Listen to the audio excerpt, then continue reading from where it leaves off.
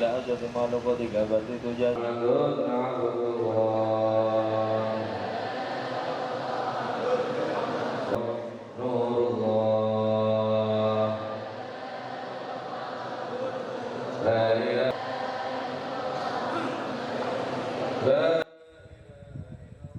Inilah suasana halaqah pendidikan guru dan tenaga pengajar di lingkungan Pondok Pesantren Zainul Hasan Genggong, Probolinggo, Jawa Timur, Senin pagi. Acara ini diselenggarakan oleh Ikatan Santri dan Alumni Pesantren Zainul Hasan di Gedung Olahraga Damhuri, Romli.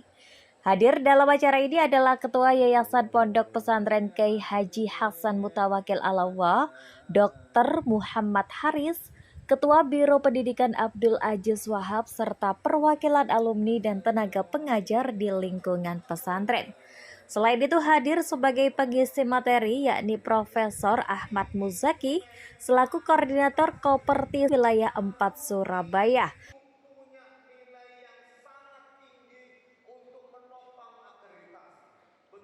Halaqah ini bertujuan untuk meningkatkan mutu pendidikan di era modern, di mana lembaga pendidikan di bawah naungan pondok pesantren harus mampu bersaing untuk membangun budaya yang berakhlakul karimah. Yang hadir jauh lebih banyak yang diundang. Ini nggak pernah terjadi ada forum alumni diundang 10 yang datang 20. Kalau di kami undang 100 datang 40.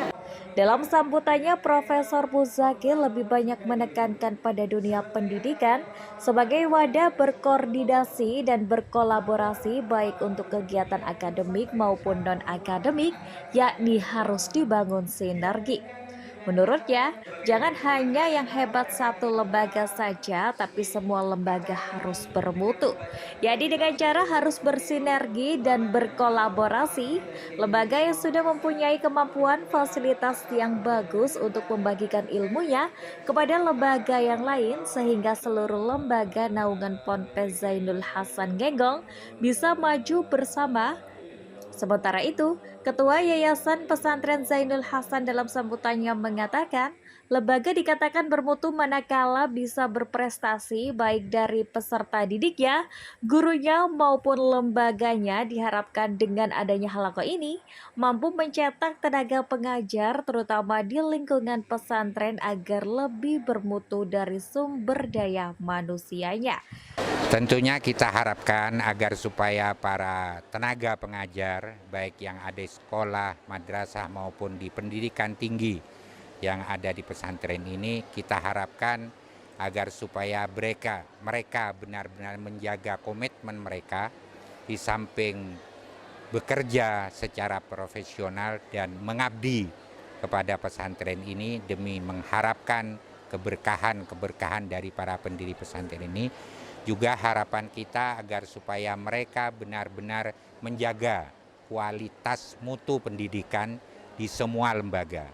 Sebagaimana yang saya sampaikan bahwa pesantren ini didirikan oleh para muassis pesantren ini, di antara tujuan utamanya adalah memberikan distribusi akses pelayanan pendidikan untuk umat, baik umat masyarakat generasi sepuh maupun generasi muda, sesuai dengan kebutuhan zaman.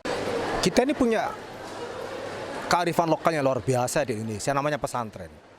Yang orang barat di luar negeri itu justru mencontoh tradisi itu. Contoh wetonan, sorogan yang diterjemahkan dalam pendidikan modern dengan klasikal, lecturing, dan tutorial. Orang modern, orang barat agak risau dengan persoal pengembangan pendidikan karakter. Nah, di pesantren udah lama. Maka menurut saya pemerintah tidak usah untuk mencari inspirasi dari luar. Menggali saja inspirasi yang menjadi bagian dari living values, nilai yang berkembang hidup di tengah masyarakat pesantren. Sederhana sekali, ini apa yang diperoleh pesantren Zainul Hasan hari ini itu bukan hasil tanam kemarin. Pesantren ini kan berdiri lebih dari 180 tahun yang lalu. Karena itu sebetulnya menjadi pertanyaan penting bagi kita semua. Mana ada pendidikan di Indonesia yang bisa berusia 1 abad aja susah sekali gitu. Ini kan hampir 2 abad ada di Indonesia. Jadi kalau hari ini kampusnya saja bisa mendapatkan penghargaan level nasional, internasional 24 setahun. Itu kan berarti per bulan 2 kali penghargaan. Maka ini bukan hasil tanam kemarin. Ini hasil investasi panjang dari para kiai sepuh. Maka kalau ingin mengembangkan pendidikan, maka pesantren-pesantren tua dengan prestasi yang luar biasa seperti Zainul Hasan ini penting dijadikan sebagai contoh. Dari Probolinggo, Jawa Timur, Tim Liputan DMTV melaporkan.